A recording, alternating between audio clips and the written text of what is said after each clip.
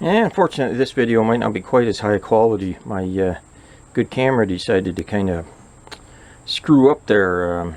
I hit the on button, the lens came out, and then the screen shut off and it wouldn't do anything, it locked up.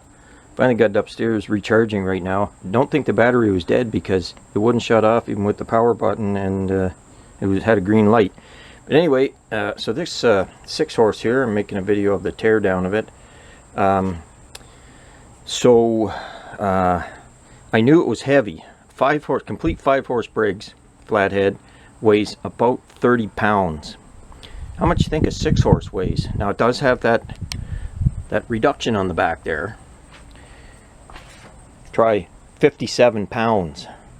So that's why it hurt my back, because it's a heavy beast. So anyway, I'm going to proceed with the teardown here. Unfortunately, I'm going to have to use this camera, and I see that even it's got a low battery light flashing.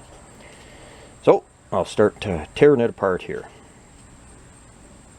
Well, my big camera's working again. Hopefully it continues. So I got the cylinder head off here, got the starter cover and gas tank, and straps off the gas tank, mounts, all that stuff.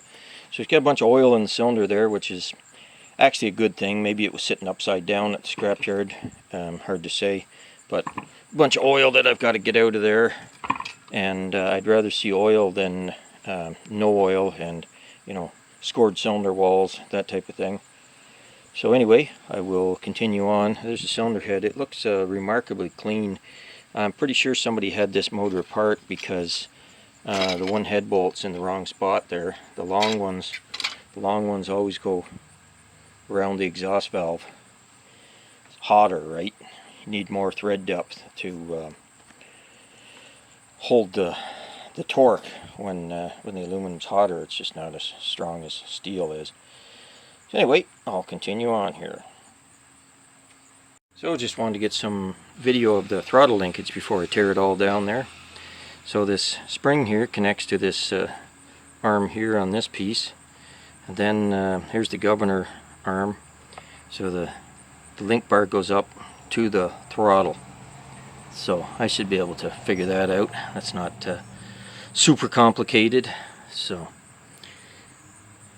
some of them are more complex than that, but anyway, a little bit of video footage goes a long ways sometimes. Well, I drained the motor oil out of the motor there and tried draining the oil or high pressure gear lube, whatever it's supposed to be in this guy, but all I got out of it was this milky looking water mix there, and not very much of it at that, like very tiny little bit.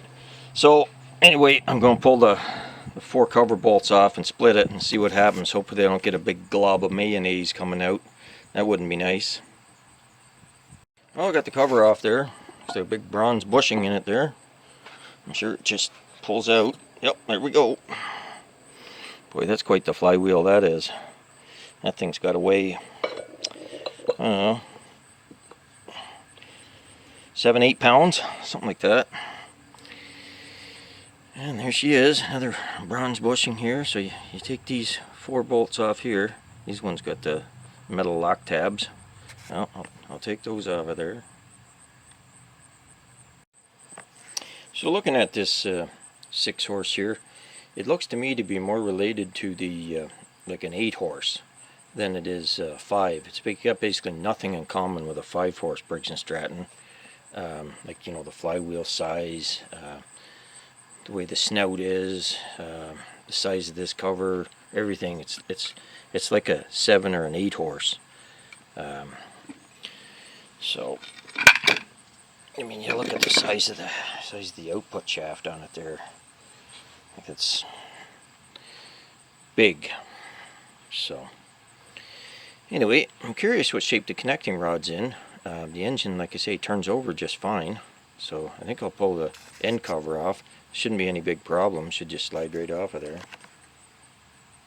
Well, the end cover come off really quick, but they are the bolts have 1/2-inch heads on them instead of 7/16 on like 5-horse and lower. So it even looks like an 8-horse. That weird thing poking out there for the governor and all that. Like I say, it looks like a D-stroke and D-board 8-horse. Yeah, she says 14 right there on the connecting rod. And, it's clearly got the lock tab still on the rod there. I don't even know if I feel like taking it apart. Check what the rod looks like. Risk messing up the lock tabs, but I don't know. I'll see about that. But anyway, yeah. So far, just A1 condition. Well, there, got the crankshaft out of the 6-horse. Looks pretty good. Show you the connecting rod cap. So you can see it's got a kind of a funny wear spot on it there. Don't know if that's from turning it over. While it was dry from sitting. I don't know. I kind of doubt that. I didn't turn it over that much. Same type of mark on the rod itself. Maybe I'll put a little light on that. Yeah. But, my opinion, shouldn't be any problem getting a run out of it. Crankshaft looks mint. I mean, it's not like it's all galled up or, funny looking crankshaft though. Like I say, I'm sure this is an 8-horse based engine line here, but tiny counterweights on it compared to an 8-horse crankshaft. So it's kind of funny looking, and possibly this is turned down further too.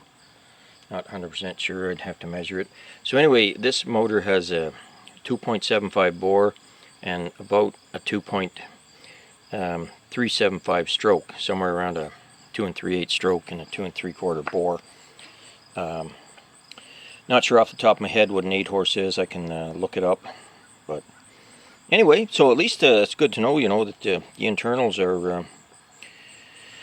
Maybe I'll do a little bit of sanding on that there, but with 2000 grit or something. But good to know that the internals are up for a run if I put it back together and fix that intake manifold.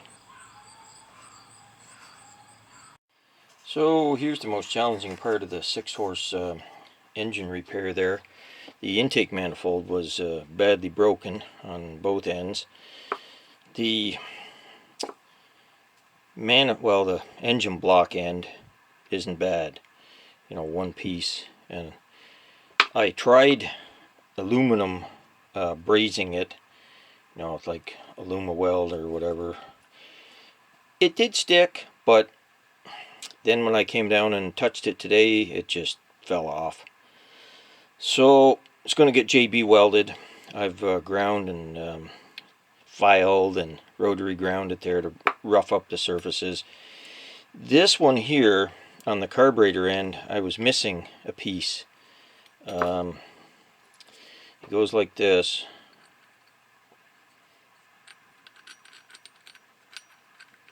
I have the solution to this problem. So here's the intake manifold being JB welded. I did the bottom part there. I had it flipped up the other direction. I used modeling clay or plasticine for stands here. You can see I'm using some of it to support it there. And then this is the second layer to fill it in better and that type of thing. So I've got just some toilet paper here so that it can't glue itself to my desk. Since there's some on the bottom also, the bottom mating surface wasn't entirely flat with the piece that I added to it there. So anyway, just wanted to show it on this video, and then of course I've got to fix this piece here still. So it's like a 2-day or 2-stage operation. I'll glue that one in tomorrow morning, but it needs at least a day to harden up before I would even attempt at using it. I know the longer it sits, the better it will cure. So anyway, intake manifold is under repair at the moment.